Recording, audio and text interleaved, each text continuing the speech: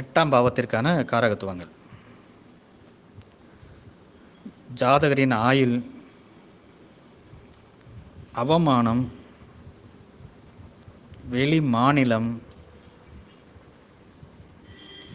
கண்டம், விபத்து, நீண்டகால வியாதி. 6ஆம் பாவங்கிறது வியாதி, 8ஆம் பாவங்கிறது நீண்டகால வியாதி.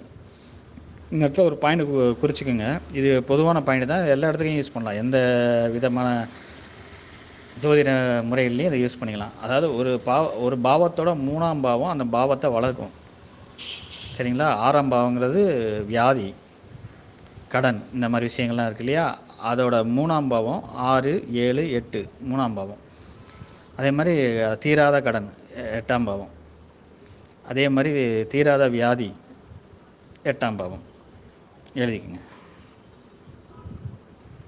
அடுத்தவரின் பணம்,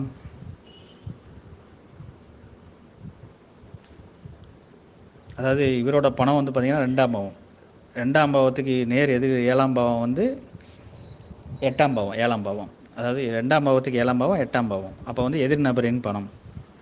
இதெல்லாம் சின்ன சின்ன டிப்ஸ் நோட் பண்ணி வச்சுக்கோங்க. இது எல்லா விதமான ஜோதிட முறைகளுக்கும் இதை யூஸ் பண்ணிக்கலாம். ஆப்ரேஷன், உயில், அதை உயில் எழுதி வைப்பாங்க இல்லையா சொத்துக்களை, அந்த உயில். திடீர் அதிர்ஷ்டங்கள், ஆண் பெண் பாலின உறுப்புகள், திடீர் வீழ்ச்சி, உறுப்புக்கள் பழுது ஏற்படுதல், உறுப்புக்களை இழத்தல், லஞ்சம், சட்டத்திற்கு புறம்பான நடவடிக்கைகள், துரதிர்ஷ்டம்,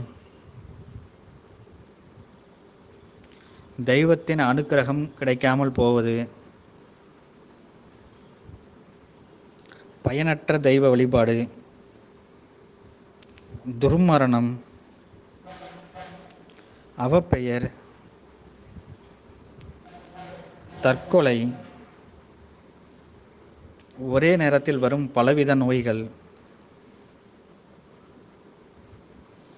வலி வேதனைகள், துரோகம், துக்கம், போராட்டம்,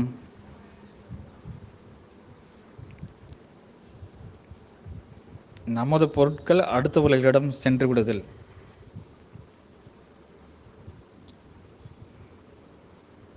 வீண் பழி, நஷ்டம், இன்சூரன்ஸ்,